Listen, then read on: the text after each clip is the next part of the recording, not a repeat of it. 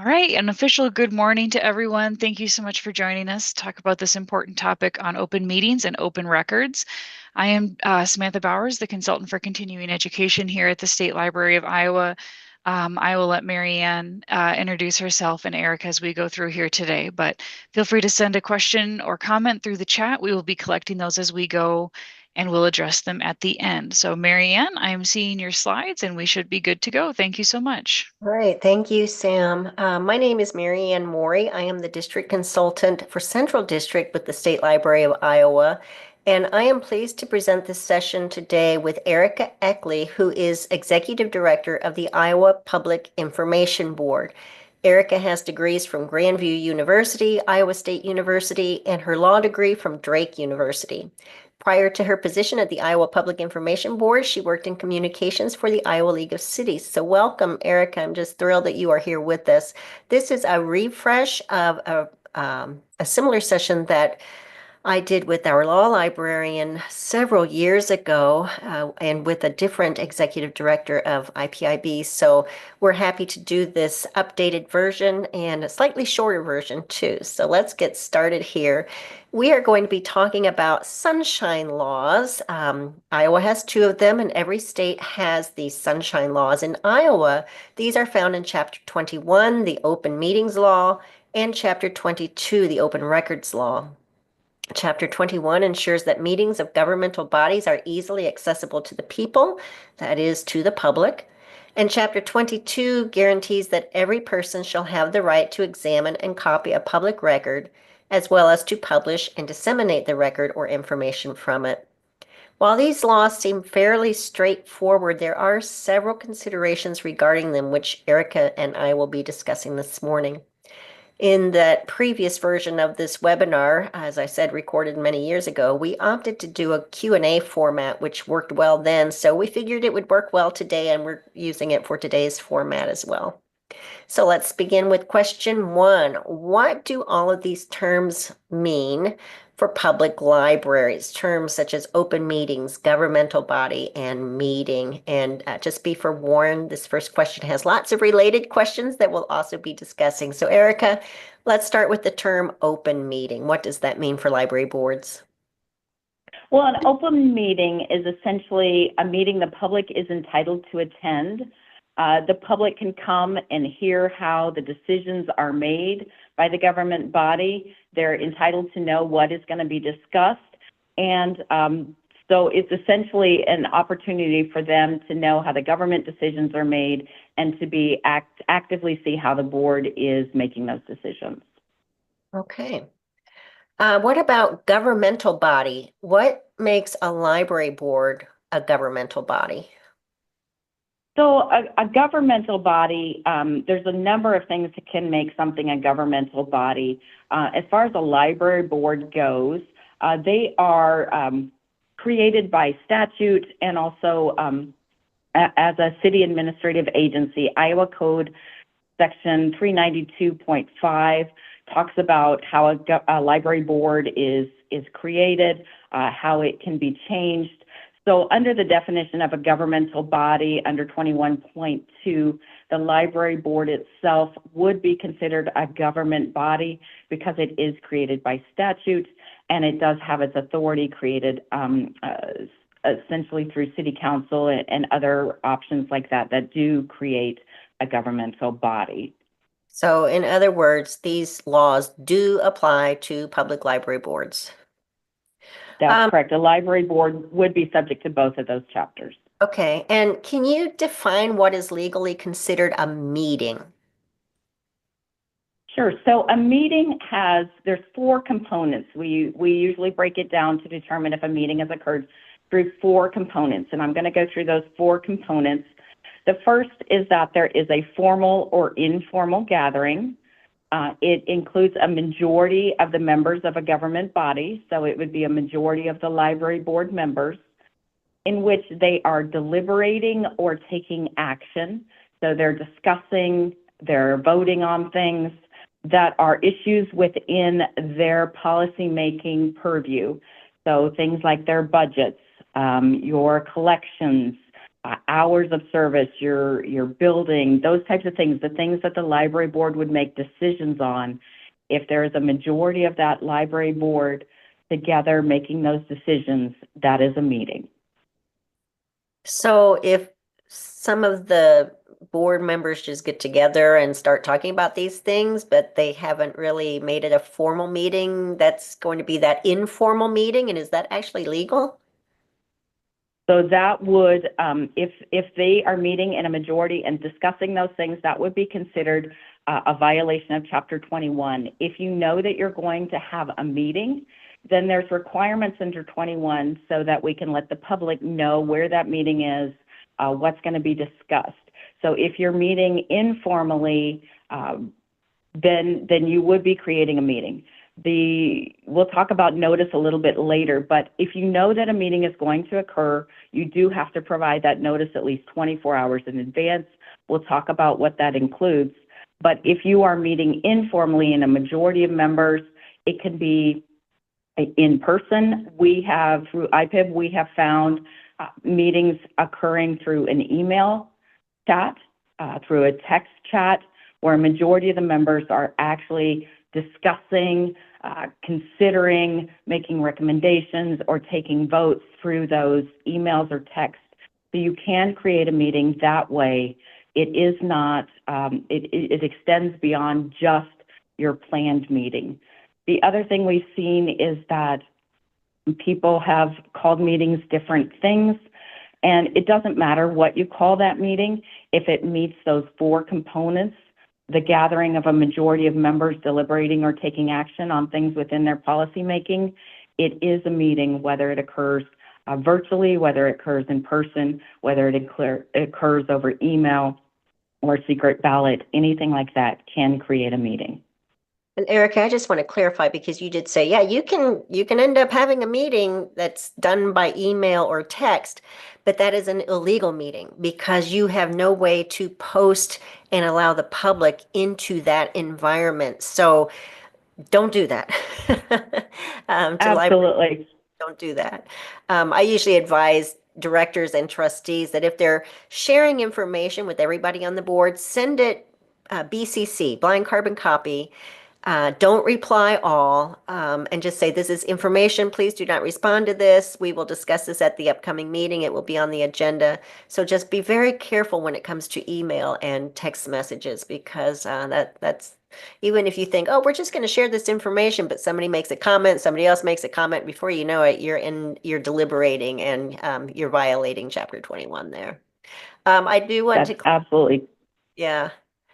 I want to clarify that private nonprofit corporations and organizations such as your Library Friends Group, your Library Foundation boards, county library associations, those are not subject to open meetings law. And the same goes for meetings involving library staff, either with other staff members or with people outside the library. It does, however, behoove groups such as your Library Friends and Foundation to be open and transparent in their meetings, since they do deal with often significant amounts of donated or grant monies. So those previous questions all pertain to Chapter 21 about open meetings. Erica, what about public records? What does Chapter 22 say about public records? So public records are essentially any document relating to, we'll just use library, the government body, the library's business. This can include bills, invoices, correspondence, meeting minutes, agendas.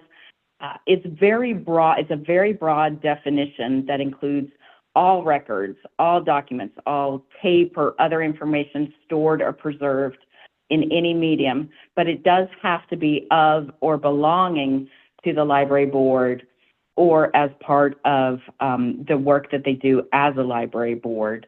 Marianne mentioned your more informal groups, social groups, those types of things that they wouldn't be subject to the open record, but your staff would. If the staff is sending emails about library business, if the staff is communicating with the library board about information that they need to do their jobs, those would all be public records. Yeah, that is a very good reminder that every email you send is subject to open records. So basically, some of those documents you mentioned, Erica, like the budget report, the director's report, financial reports, et cetera, those are all part of what would be a board packet, and those are all public record, right? Yes, so anything that is related to that library board's work would be a public record. There are things that can be withheld as confidential. There are about 75 reasons something could be withheld as confidential, but they are still public records, and you would have to determine if they would be provided. Typically, if it's provided to the board in a board packet, it's likely that there is no confidentiality around it. Most things, there are, of course, some things that could still have that confidentiality, but yes, the board packets likely have most of the information in there, if not all of the information, would likely be a public record that should be further disclosed if requested. Okay, I want to mention this. The lawful custodian, Chapter 22, refers to that lawful custodian of the public records of the governmental organization. Our law library shared an opinion of the Iowa Attorney General 80-9-19, dated September 30th, 1980, in a response to a former state librarian here in Iowa who asked about the lawful custodian. And the AG's opinion said this: the lawful custodian of library circulation records is the library officer or employee entrusted with the responsibility to make and maintain such records. Ordinarily, that individual would be the head or chief librarian or person occupying a similar position in each specific library where circulation records are maintained. So not just the circulation records, but these documents we were talking about earlier, that lawful custodian, at least through the Attorney General's opinion, has been determined to be the library director. So I want our directors who are watching this to be aware of that fact. Erica, just a few more questions tied to information we discussed a minute ago. You said that a quorum, which is a majority of the members of the board, can constitute a meeting. What about when a quorum of trustees travels to a conference together? Is that a meeting? Or maybe if all the trustees get together for training at a designated location, date, and time, is that a meeting that requires public notice and agenda and minutes? So we talked about the 4 things that create a meeting. The 2 things, there has to be deliberation and or action on things within their policy-making duty. So if you do not have any deliberation or action by the body, then they have not created a meeting. So that the code specifically excludes those types of social or ministerial type of gatherings that you're discussing. So if the library board members were driving together to a training session, they could all be in the same vehicle. You would just need to be very, very careful that you are not discussing things that the library board would be making decisions on or voting on. That would be more of a social type of event, a party where people are coming. You need to be very careful, again, that you're not accidentally slipping into discussing things that would be within the board's decision-making authority.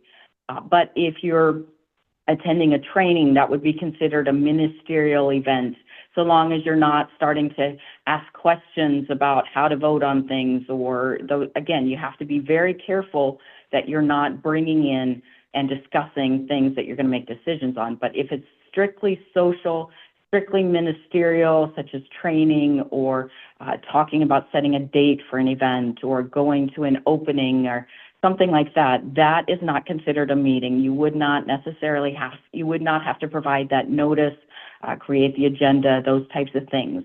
At IPIB, we do recommend that if you know your library board is going to be attending as a group, a social event or something like that, we recommend just providing notice. Hey, the library board is going to be attending this city event about reading programs or something like that, just so the public knows. You wouldn't have to have an agenda, you wouldn't have to put minutes, but sometimes if the public knows you're going to be together at this event, you're not going to be deliberating, that helps them see that transparency and know that you're there for that reason. At IPIB, there's slides later about where our website is, but we do have advisory opinions we put out one on social and ministerial events because this question comes up a lot.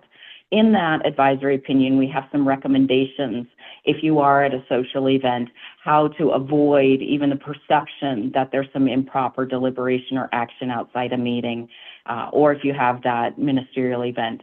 So if this is something that you know is going to occur, maybe take a look at that. Things like making sure that the entire board isn't sitting together at the same table, or that you don't have a majority of people all gathered talking very quietly outside of where the public is. Just common sense things so that the public has some more assurances that the board is there as social and not there to discuss things outside of that open meeting requirement. Very good recommendations. Erica, this is kind of a reverse question here. What happens when a board does not have a full quorum at the library board meeting? What happens then? Can the remaining trustees actually meet? And if so, can they do anything significant? So in order to have that meeting, you have to have your majority, your quorum. If you have less than a quorum, then your board is not able to take any action on anything. Our recommendation in that situation would be to cancel the meeting for lack of a quorum and reschedule it at a time, repost the agenda and the notice so that the public can come and hear that deliberation. So if you do not have that majority, you're not able to make decisions, and it would be best to just wait, reschedule for when the entire board can be there to participate in that deliberation, participate in taking actions that are necessary. Okay. Now that was all part of question one. Our remaining questions won't take quite so long. I think our time's going to sneak past us here very quickly. Question two, kind of related to question one. What about subcommittees? For example, a lot of library boards have a subcommittee to review the library's policies or draft the budget, or to form a search committee when hiring a director. Are those subcommittees subject to open meetings law?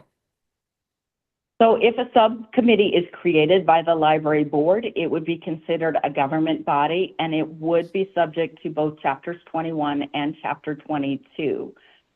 They would then need to hold their open meetings, provide their notice, their agenda, provide minutes, and allow the public to come in and hear those deliberations. Not every subcommittee or task force meets that requirement as a government body, subject to Chapter 21, but IPIB's recommendations for best practices is if you have those groups who are working on policies, who are working on things that are going to impact things that the library board is going to make decisions on, we recommend going ahead and holding those as open meetings so that the public knows what's being discussed. They are able to watch those deliberations. You get more buy-in, you get less pushback. We have situations where it's a question whether or not something is subject to Chapter 21. They don't hold the open meetings, and then the public is really frustrated and upset because something shows up later at that government body's meeting, and the public has no idea what went into making that decision, that policy, and it can create a lot of concern and frustration that could have been avoided if they had just kept the public in the loop while they worked on that through that task force or subcommittee. Okay. So part of keeping the public in the loop is posting an agenda, and Chapter 21 requires a meeting agenda be posted 24 hours in advance of the meeting. So question number 3 is twofold. Can you tell us what makes a good agenda and where that agenda needs to be posted?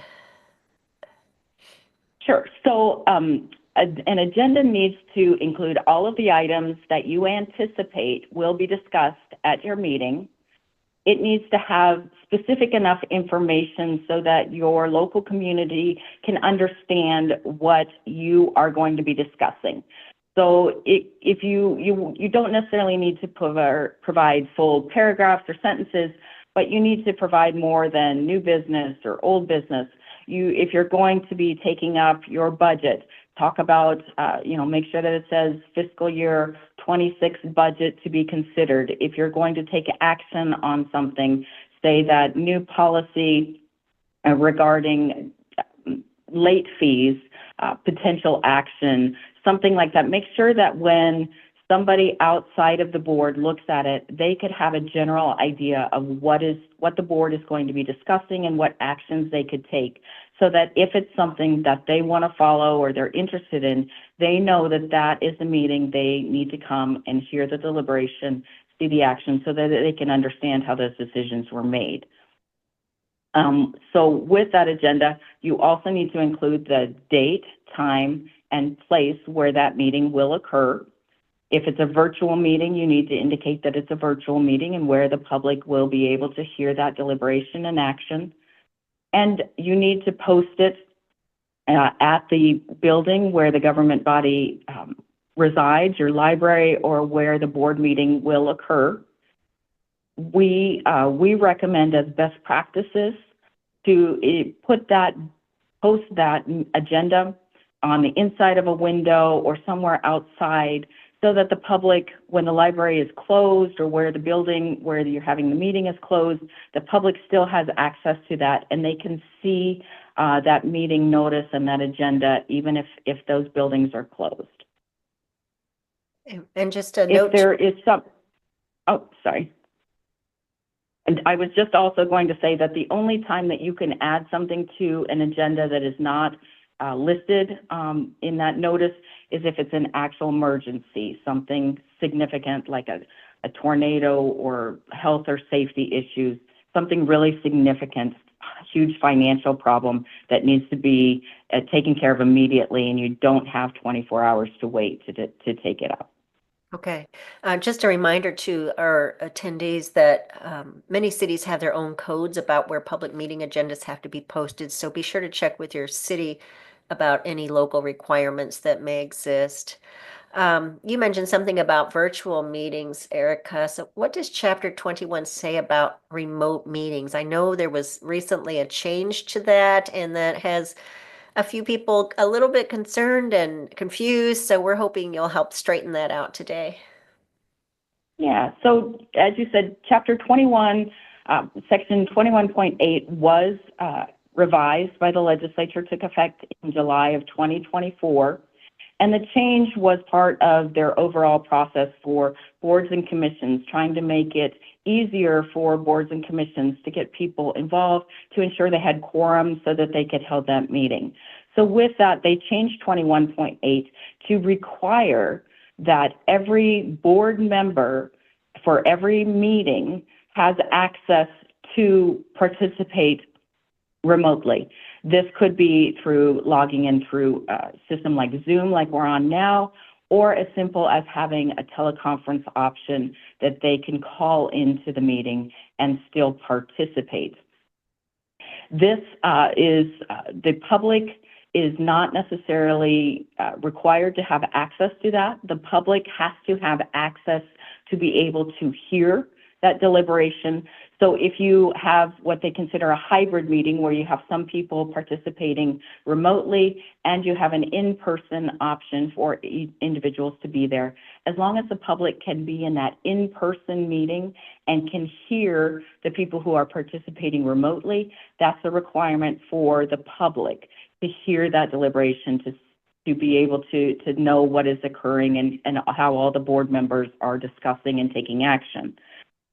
If the meeting is going to be held fully virtually and there is no in-person, then the public would need to have some kind of access, either through giving them the remote log on for Zoom, or for our meetings, we live stream through YouTube, or I know Facebook has those kind of options, so that they can watch the meeting. They aren't necessarily actively participating in it, but they are able to hear the deliberation occurring between our board members. Can you clarify, Erica, it is permissible to have a fully remote meeting with no physical location? Yes, so previously, the previous law required you to specify why you could not hold an in-person meeting. That requirement has been eliminated, and you are able to hold a fully virtual meeting if that's how you choose to do it. You would just need to make sure in your notice and on your agenda that the public knew it was a virtual meeting and how they could listen to that meeting and hear the board participate. Okay, and do boards have to keep a recording of those virtual meetings, or just taking their minutes on paper is still sufficient? There is no requirement in the law to record those meetings. We do record ours just because it's easier for people then to have access to it. We think that's helps with transparency, but there is no legal requirement to record that electronic meeting. You do have to take minutes like you would in any open meeting. Okay, good. Thank you. Question 5, how and when can a library board go into a closed session meeting? Right, so Iowa Code Section 21.5 does allow for a library board to go into a closed session for very limited purposes. The first thing is you need to have put on the agenda that there is a potential for that closed session and the specific legal reason that you can go into a closed session under 21.5. Some reasons that you could go into closed session are for the evaluation of as an employee or a potential employee, getting advice from your legal counsel about litigation or imminent litigation. But in order to go into the closed session, you have to have provided notice to the public about the potential for it and the legal reason that you can go into closed session. Then in the open meeting, that board needs to vote, to take a motion and vote to go into closed session, again stating the specific legal provision that allows them to go into closed session. And then if the full board is there, at least 2/3 of the members have to vote to go into closed session. If you have some absences, then everyone on the board in attendance has to vote to go into closed session. Again, that has to be in open session so that the public can see that and see the votes. Then you could go into closed session, and then if you would be discussing only the topics that are the reason for going into closed session. You cannot discuss other things outside of that. You have to take very detailed minutes about what is discussed, and you have to record that portion of it. So even if you don't necessarily record your open meeting, you do have to have a recording of that closed session. There's a couple things. This is an area where there is some changes occurring as cases move through the judicial system. Sorry, I'm having trouble saying that word today. One of those that you really need to be careful about, and I would suggest if you have access to legal counsel, work with them before going into a closed session to evaluate the competency or an individual who is to evaluate the professional competence of the individual whose appointment, hiring, performance, or discharge is being considered. There's the first thing you have to keep in mind for that is that that individual has to request a closed session. The board can always choose not to go into closed session, but if that individual does not request that closed session, the board cannot go into closed session. So an area that we've had some appellate decisions, this is not a settled area right now, but another thing to keep in mind is that the Court of Appeals has recently ruled that you can only go into closed session for those evaluations, appointments, hiring, and performance when it is necessary to prevent needless and irreparable injury to the reputation of the individual who is requesting that closed session. So the board has to have actual review, determination that there is that potential for that needless and irreparable injury to that reputation, and they can only be in closed session for that portion to discuss those areas where there could be that needless and irreparable injury.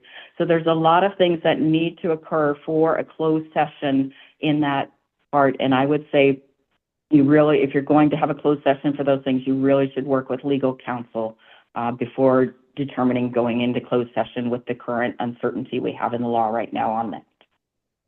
Thank you. Yeah, I'm glad you clarified that because we have a lot of library boards that say, oh, we're doing an evaluation that should be private. No, not necessarily.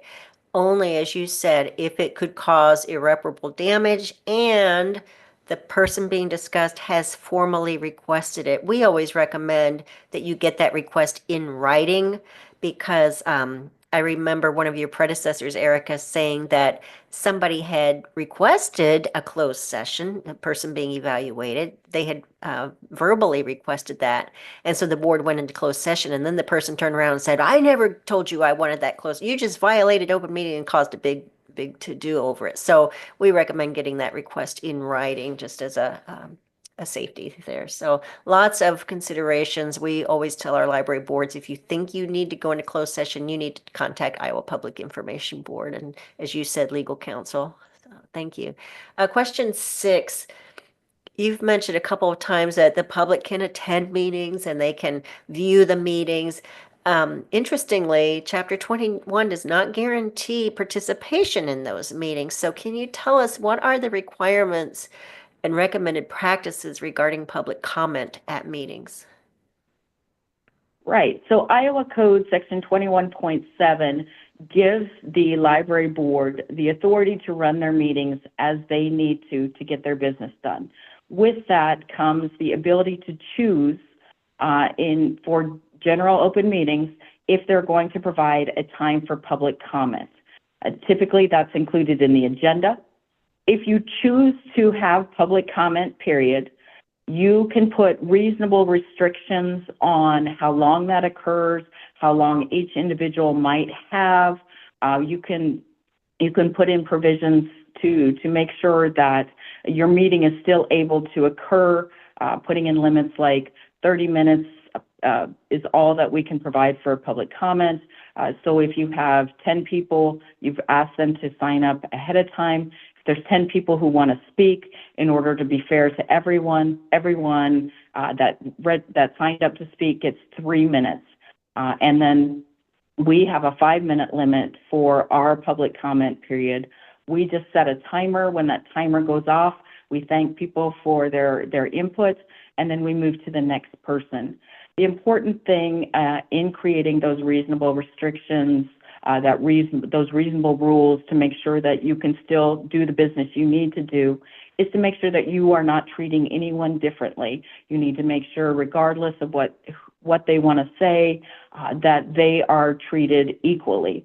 So, for instance, if you have you know that there's something that a lot of people are against and a lot of people are for, you can't give the people who are in favor of what you're doing more time than the people who are against what you're doing. You need to treat everyone neutrally and treat everyone the same. So be very careful, but you are within your authority to set those limits, or to choose not to have public comment at all. Again, that is up to you as you run your meetings under 21.7. Erica, what if somebody in the audience at a meeting brings up a topic that is not on the meeting agenda? Can the library board even address that topic, or what's the best way to handle that situation?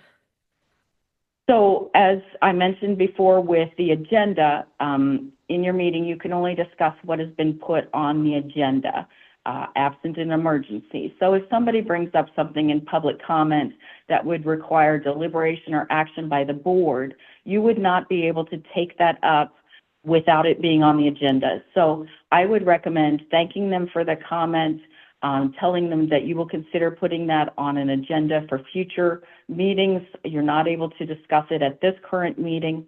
I know there are some bodies that will make a statement before they take public comment, reminding the public that they can only discuss what's on the agenda. They can't deliberate or take action on things that might be brought up in public comment that have not already been noticed on the agenda.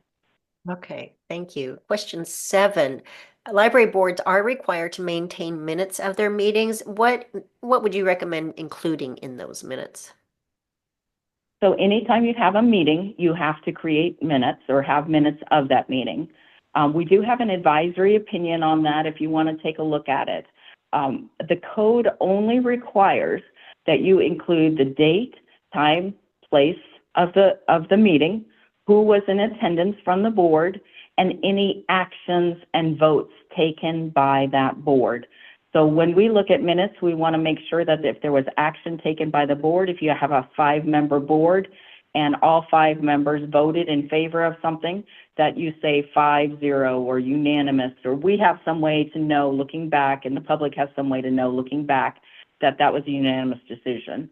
If you have a vote where 4 people voted for it and 1 person voted against, you need to indicate who was on each side of that decision.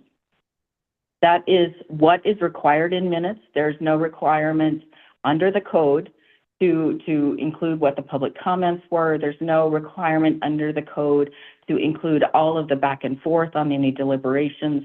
It is a record of the decisions and actions taken by the board. I know government bodies like to do things, everybody has a different way they like to do it. So I would recommend that you work with your body to decide how those minutes are going to be. But that is all that is required under code. We do have, again, an advisory opinion on that. If you have some questions about what is required to be in minutes versus what you might want to include just as for the board's own preferences. I know some boards think it has to be a play-by-play verbatim what everybody said, and that is not true. I always recommend your minutes should be able to recap the meeting, that if you were not there, you still understand what transpired, and it's a remembrance. So a few months down the road, you can go, I know we talked about that at a previous meeting. What did we decide on that? You can flip back and you can see that. So, but the interesting thing that you pointed out, Erica, that a lot of our boards are not aware of is that if there is not a unanimous vote, you do need to list how the various members of the board voted. So that's something to be aware of. Okay, question 8. We know that board minutes and other items in the board packet are public records. What is the process for making minutes and other contents of the packet available to the public? For instance, how soon after the meeting should a board make copies of minutes available? And can the library charge someone for copies of all the documents from the board packet, especially if they ask for multiple copies of the board packet? What is this process?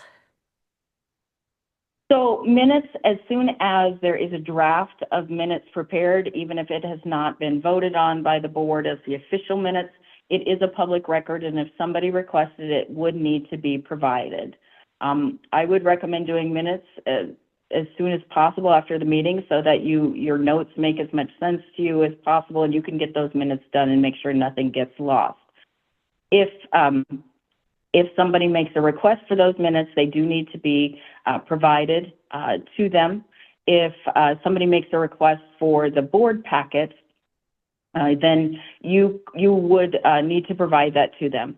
For any public record request that is made, you are allowed to charge the actual cost of retrieving and producing that document, those documents. The code highly encourages you that if it's something that doesn't take very long, like 1 page of minutes or something, to provide it free of charge. But if somebody makes a request for something, you can charge the actual costs. Actual costs would include the hourly rate of the individual, typically the lawful custodian, who is retrieving those records, and the actual costs of providing those copies. The copies for IPIB, our actual cost of providing a copy of a document is about 1 cent. So you need to keep that in mind. You can only charge those actual costs, but you can charge for it. If somebody wants 15 copies of a board packet, and that board packet, some of our board packets can get up to be 100 pages or so, we could charge for the actual cost of that. So you can do that. As far as board packets, there is no legal requirement to have those available for the public at the meeting. However, it would be helpful to the public if you can provide those. If you post your agenda online, again, not something that's required, but highly encouraged if you have a website. If you post your agenda online, can you attach the board packet as a PDF or other electronic document for people to review? At our board meeting, we tend to make a couple extra physical copies in case somebody shows up in person and wants a copy of it. Again, not something that's required under the law, but we think it's important for the public to have that information, that transparency. So we do that to make sure that they have it. Okay. And you just mentioned something that I'm glad you brought up because I had meant to cover this earlier and it just slipped my mind. But the posting of the agenda has to be a physical copy to meet the letter of the law. A lot of our libraries do post their agendas online, which is a wonderful service for the public, but that alone does not meet Chapter 21's requirement for posting of the agenda. You do need a paper copy of that. So. Let's move on to question 9 here. Can members of the public record the library board meeting? Are there any stipulations about this? Yes, so that same section 21.7 that gives the board the authority to run their meetings, make reasonable restrictions to run their meetings, that does also give the public the authority to record meetings. So they are allowed to audio record it or take out typically now it'd be your cell phone, take out the cell phone and record that meeting. If they want to live stream it, they do have the authority to do that. They just don't have the authority to interrupt the meeting and to prevent the meeting from occurring. Okay. Question 10, this is our final question before we get to some audience Q&A. What happens when someone contacts your offices at the Iowa Public Information Board and accuses the library board of violating Chapter 21 or 22? So if somebody contacts IPIB, the first thing is we have to make sure that we have jurisdiction. It can only be something that occurred within the last 60 days. And again, it only can be about Chapter 21 or 22. But if somebody contacts us, files what we call a complaint, then we will look at that.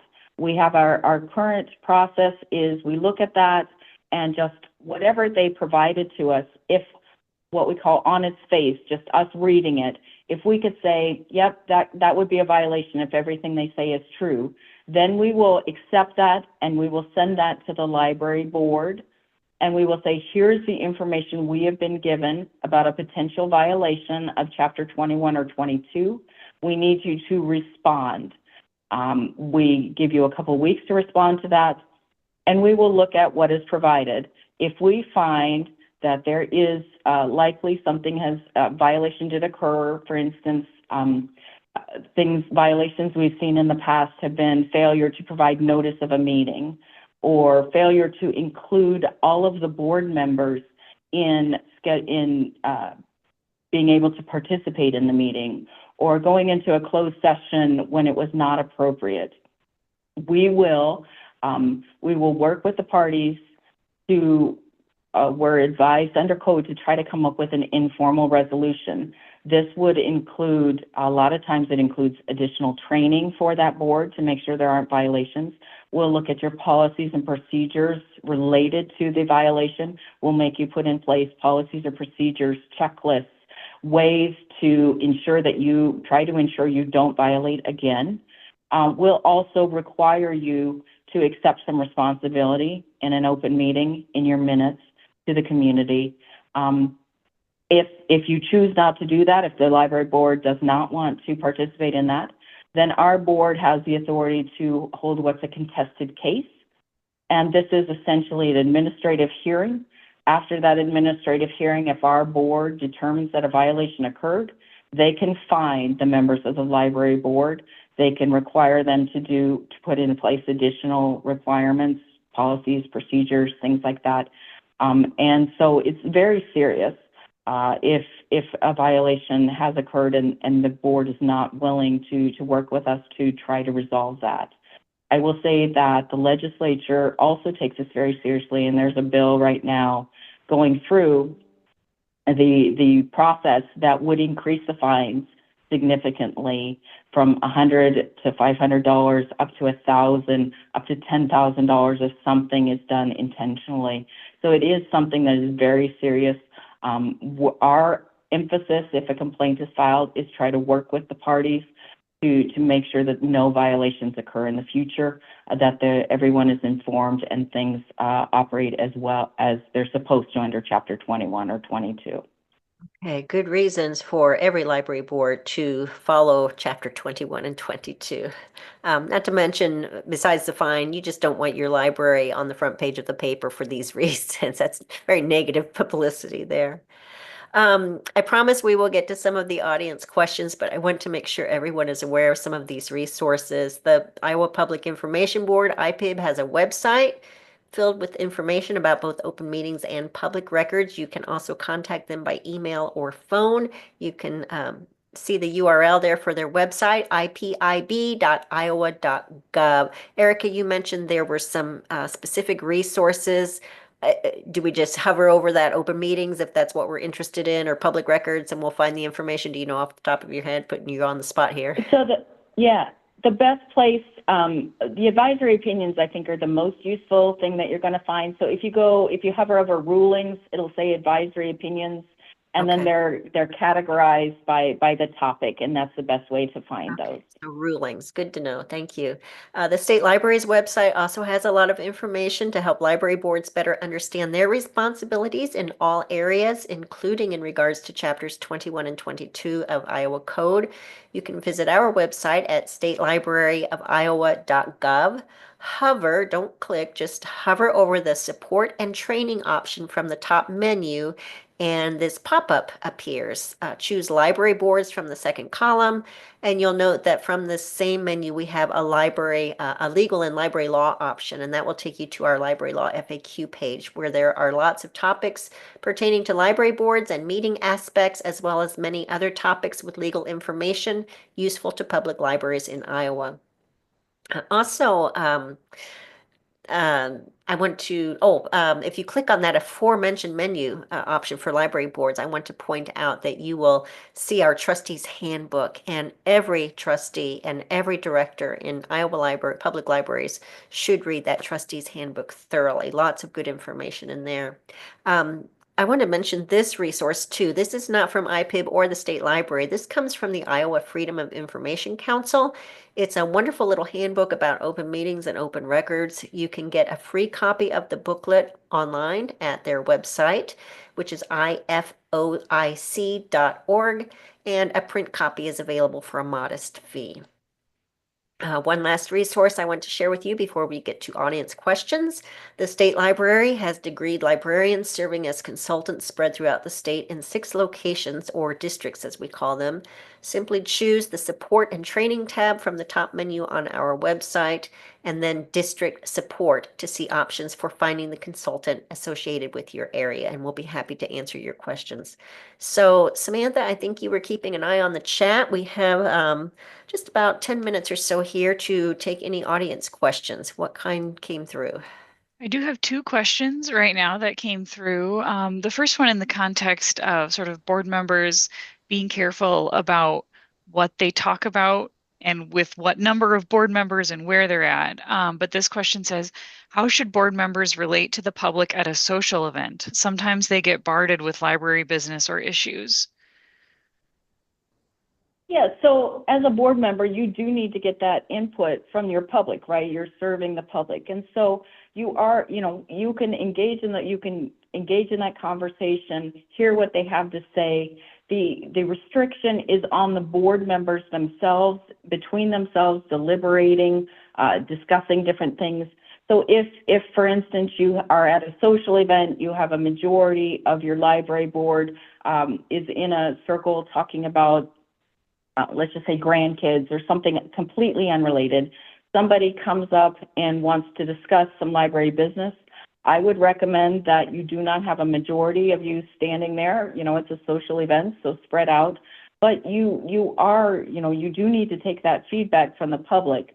And so there's no problem in listening to them and having that conversation as a board member. The restriction on that, again, is between the board members all discussing.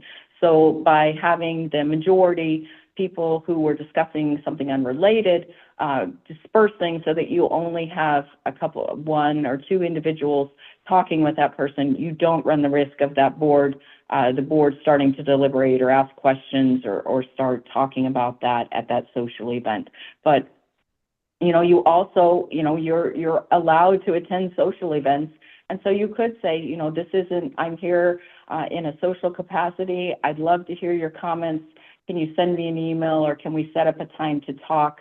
that isn't at a social event. Again, it is your boundary that you can set there if you don't want to be talking about library business at a social event. Yeah, and I think too, just letting that person know, we would love to hear your comments at one of our board meetings. If you would like to come to our next board meeting, we always meet on the second Tuesday of the month or whenever. That would be another option. So yeah, it's not that you can't hear what people have to say about the library or share information about the library with people when you're out in public. It's just you need to be very careful when there is a group of you, a majority of your board, all in the same place, and the word library comes up. As Erica said, maybe it's just best if kind of disperse at that point in time. Sam, you Um, another question? I have, and we haven't had, yeah, I have a couple more. So, the next question was in the context of setting a agenda. Um, did the agenda items, as you're building that agenda, posting it publicly, do they need to be explicitly listed with discussion or action? Do we need to ask for So there's clarification nothing, there, or does that yeah, that question make sense? yeah, Okay. no, that makes sense. And there is nothing specifically in the code that answers that. We always think it's better to make the public aware that there's potential action. You don't necessarily have to say you're going to discuss something. That's kind of inferred by the fact that it's on the agenda. But we try to, for our agenda, for instance, we have areas where there is action items, where there is deliberation, and then we also just have some informational things. So we make sure that we indicate where there might be deliberation, where there might be action. We just think we want to make sure the public is aware if there's something where if there's something that the library board continues to talk about or has talked about multiple times, letting the public know that this is the time you might actually be taking action on it. So this is, so they're aware that there might be some final action.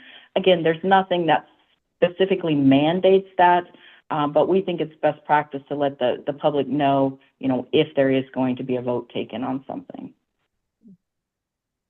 And the last question that we have right now, so I'd encourage if you have any last minute questions for either of our presenters to get those into the chat box. But we do have a question. I think we kind of covered this, but just to reiterate, the question reads, our county hosts an annual trustee training event at a library. All trustees of the county are invited and encouraged to attend. Is this a public meeting that should be posted?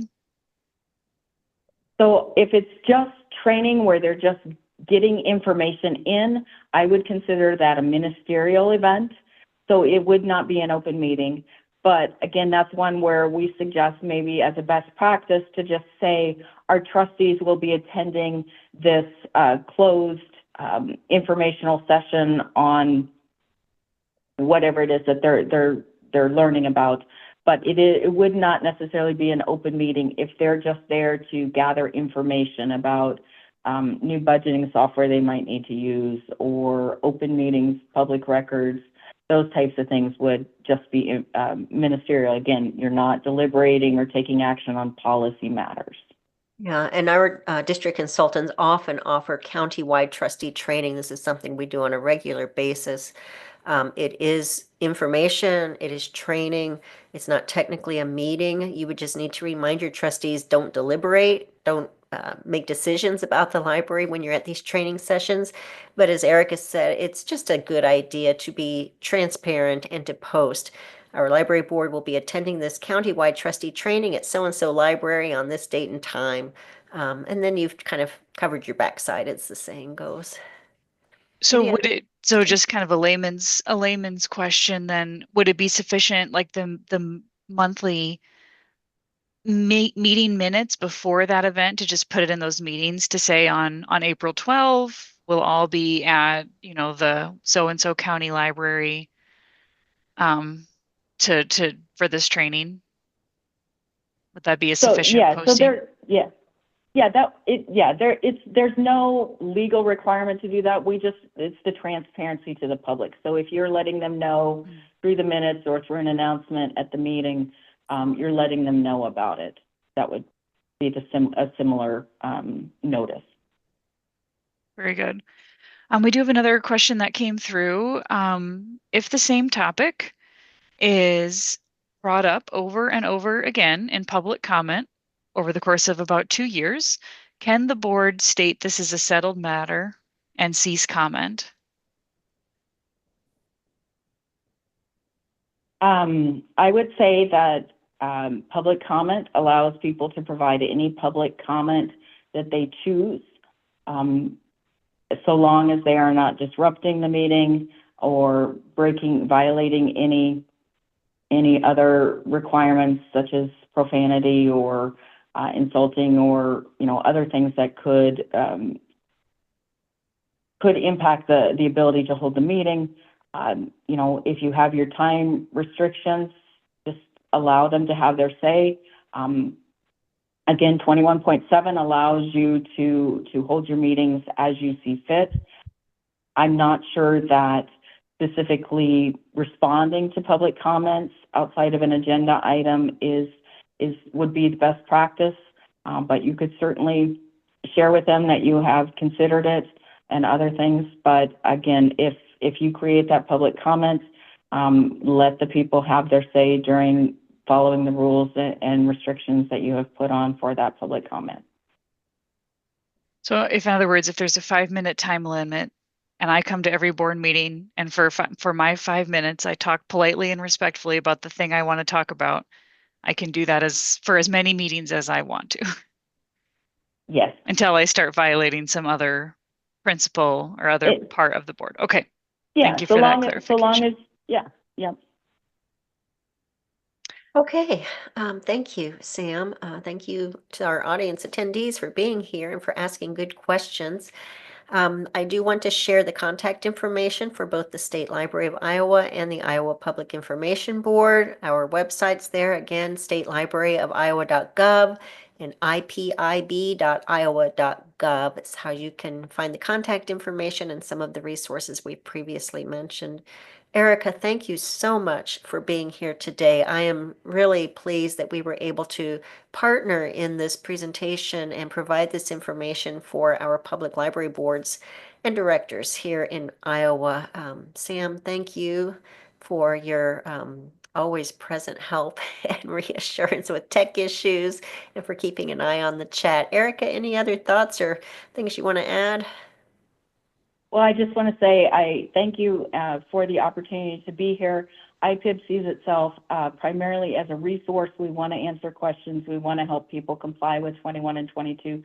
So please feel free to reach out to us anytime there's a question or concern that comes up. Right. And I know that we consultants often refer people to you if they have questions. Library boards have questions about their meetings. So I always say you're there to help. You want the meetings to be held legally. So you're going to give good information to help people. So, all right. I think we are done, Samantha. Thank you again, everyone, for being here. We will be posting a recording of this. Give us a few weeks to get that posted. It will be on the State Library's website. And you can share that with any of your trustees who may not have been able to attend today. It would be great trustee training. Thank you, everyone.